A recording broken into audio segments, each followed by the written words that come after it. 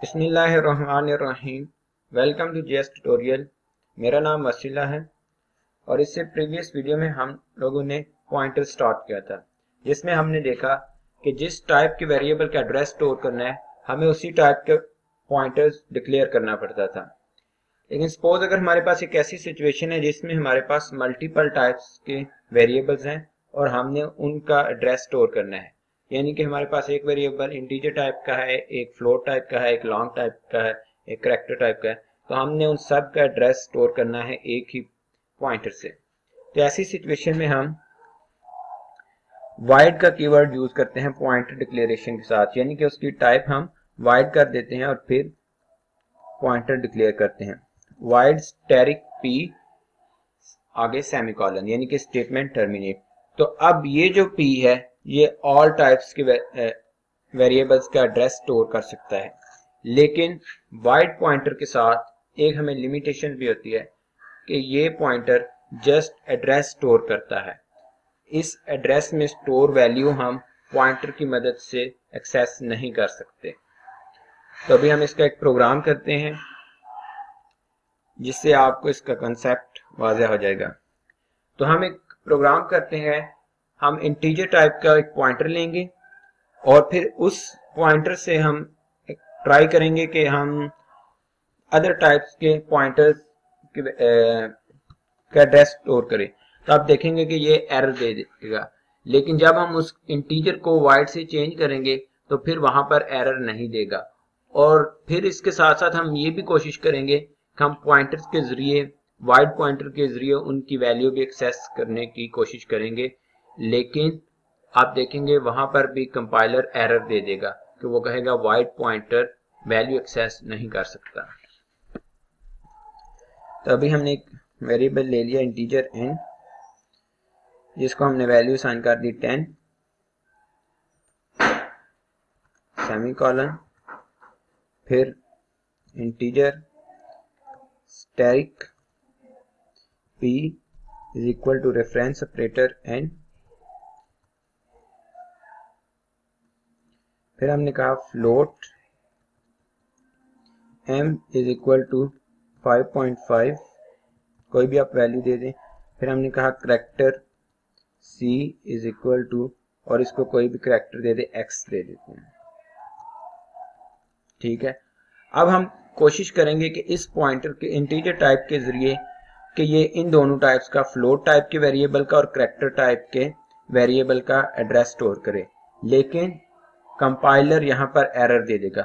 इसके बाद हम इसकी टाइप चेंज करेंगे और वाइड का कीवर्ड यूज करेंगे, तो फिर आप देखेंगे कि ये इजीली एड्रेस स्टोर करेगा इन तीनों टाइप्स का, इंटीजर टाइप, फ्लोट टाइप और करैक्टर टाइप का।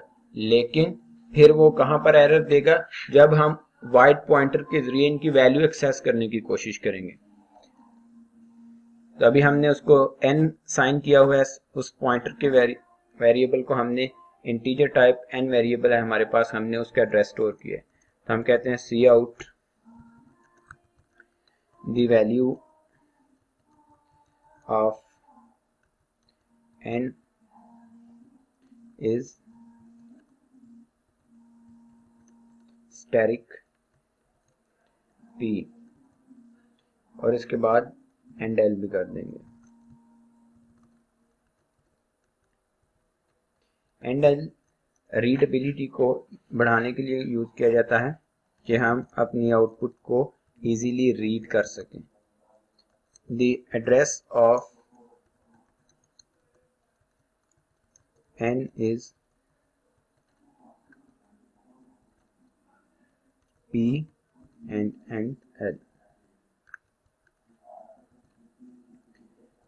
अब हम यहाँ पर कहेंगे कि स्टैटिक, जस्ट हम p यूज करेंगे, p is equal to reference operator और फ्लोट टाइप वेरिएबल यानी कि m का एड्रेस, और फिर यही स्टेटमेंट्स हम कॉपी कर लेते हैं।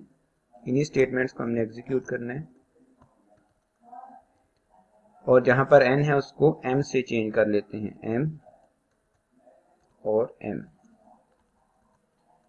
देन हम यहाँ पे करते हैं p is equal to reference operator c, यानी कि करैक्टर टाइप वेरिएबल का एड्रेस स्टोर करें, और फिर उसी को हम कॉपी करेंगे और n को c से हम चेंज कर लेंगे।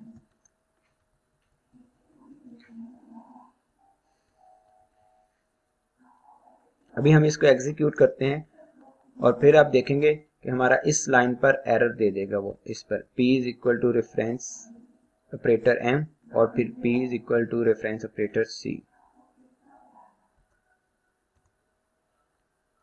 इसको आप किसी भी नेम से सेव कर दें। तो बिल्कुल उसी लाइन पर जहां पर हमने इंटीजर टाइप पॉइंटर के जरिए हमने फ्लोट वेरिएबल का एड्रेस स्टोर करने की कोशिश की, वहां पर उसने एरर दे दिया। चलिए अब हम अपना एरर ठीक कर लेते हैं और जहां पर इंटीजर था वहां पर हम वाइड का कीवर्ड यूज करते हैं। लेकिन अब वो कहां पर एरर दे देगा? अब ये स्टेटमेंट्स बिल्कुल ट्रू है। Wide pointer float type variable का भी एड्रेस स्टोर करेगा, कैरेक्टर टाइप वेरिएबल का भी एड्रेस स्टोर करेगा और इंटीजर टाइप का भी। इसके अलावा अगर लॉन्ग डबल जिस टाइप का भी होता वो स्टोर करना था। लेकिन अब वो हमें यहाँ पर एरर जनरेट कर देगा कि आप वाइड पॉइंटर की मदद से इनकी वैल्यू एक्सेस नहीं कर सकते किसी भी वेरिएबल की। तो देखते हैं, तो ये देखें आपने, उसने वहां पर एरर दे दिया कि इसकी वैल्यू एक्सेसिबल नहीं है वाइड पॉइंटर के जरिए। तो वैल्यू एक्सेस करने के लिए हम डायरेक्टली वो वेरिएबल यूज करते हैं n और फिर m और फिर c। अब हमारा ये प्रोग्राम करेक्टली एग्जीक्यूट होगा। तो ये आ गई आउटपुट हमारी। तो उसने इंटीजर टाइप की वैल्यू भी शो की और एड्रेस भी शो किया। फिर उसने फ्लोट टाइप वेरिएबल की वैल्यू भी शो की और एड्रेस भी शो किया। और इसके साथ साथ उसने फिर कैरेक्टर टाइप वेरिएबल का एड्रेस भी शो किया और वैल्यू भी शो कर दी।